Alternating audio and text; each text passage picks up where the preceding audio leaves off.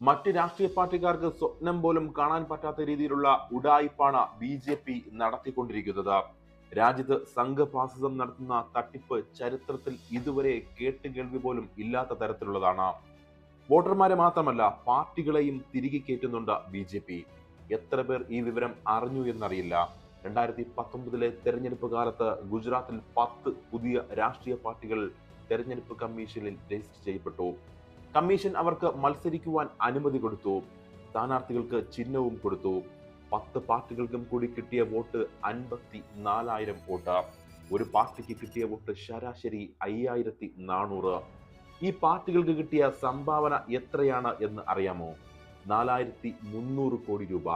ഇലക്ഷന് അവരെല്ലാവരും കൂടി ചിലവാക്കിയതാകട്ടെ 28 ലക്ഷം രൂപ. ഈ പണം എവിടെ നിന്ന് വന്നു, എങ്ങോട്ട് പോയി? തെരഞ്ഞെടുപ്പ് കമ്മീഷൻ അന്വേഷിക്കേണ്ടതല്ലേ? അന്വേഷിക്കില്ല. കാരണം അവരറിയാതെ ഈ തട്ടിപ്പ് നടക്കില്ല. സുപ്രീം കോടതിക്ക് നേരിട്ട് ഇടപെടാൻ സാധിക്കുന്ന കേസാണിത്. പക്ഷേ ഇന്നത്തെ ഇന്ത്യൻ സാഹചര്യത്തിൽ ജഡ്ജിമാർ ഭയക്കും. തെരഞ്ഞെടുപ്പ് പ്രക്രിയയുമായി ബന്ധപ്പെട്ട ഇത്തരത്തിലുള്ള ഭയപ്പെടുത്തുന്ന വാർത്തകളാണ് അനുദിനവും വന്നുകൊണ്ടിരിക്കുന്നത്.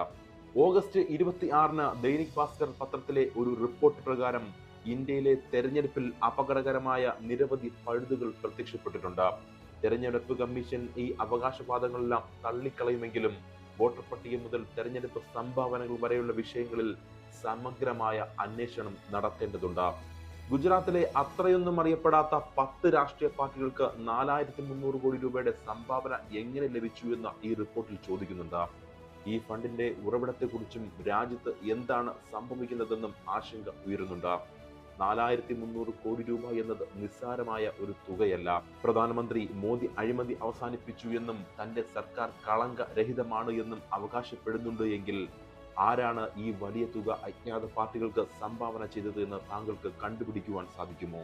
ഈ പണം വോട്ടർമാരെയോ നേതാക്കളെയോ വാങ്ങാനാണോ ഉപയോഗിക്കുന്നതെന്നും ഈ ഒരു റിപ്പോർട്ടിൽ ചോദിക്കുന്നുണ്ട്. ആരാണ് ഈ ഭീമമായ സംഭാവനകൾ നൽകുന്നത്? ഈ പണം എവിടേക്കാണ് പോകുന്നത്? രാഹുൽ ഗാന്ധി ഇക്കാര്യം ഉയർത്തിക്കാട്ടി ഇലക്ഷൻ കമ്മീഷനോട് വിശദീകരണം ചോദിച്ചിട്ടുമുണ്ട്. മറ്റ് കക്ഷികൾക്ക് ചിന്തിക്കാനാവാത്ത വിധം സംഭാവനകൾ. ഇലക്ട്രൽ ബോണ്ടുകൾ ഒക്കെ കൈപ്പറ്റിയ സംഘഫാസിസ്റ്റുകൾ തന്നെയാണ് കുറെ കൊച്ചു പാർട്ടികൾ തട്ടിക്കൂട്ടി അതിലൂടെ 4,300 കോടി രൂപ തട്ടിയെടുത്തിരിക്കുന്നത്. ഏത് രാജ്യദ്രോഹികളാണ് അഥവാ ഭീകരരാണ് ഈ പണം നൽകിയിട്ടുള്ളത് എന്നത് ഈ രാജ്യത്തെ ജനത്തെ സംബന്ധിച്ചിടത്തോളം നിർണായകമായ കാര്യം തന്നെയാണ്.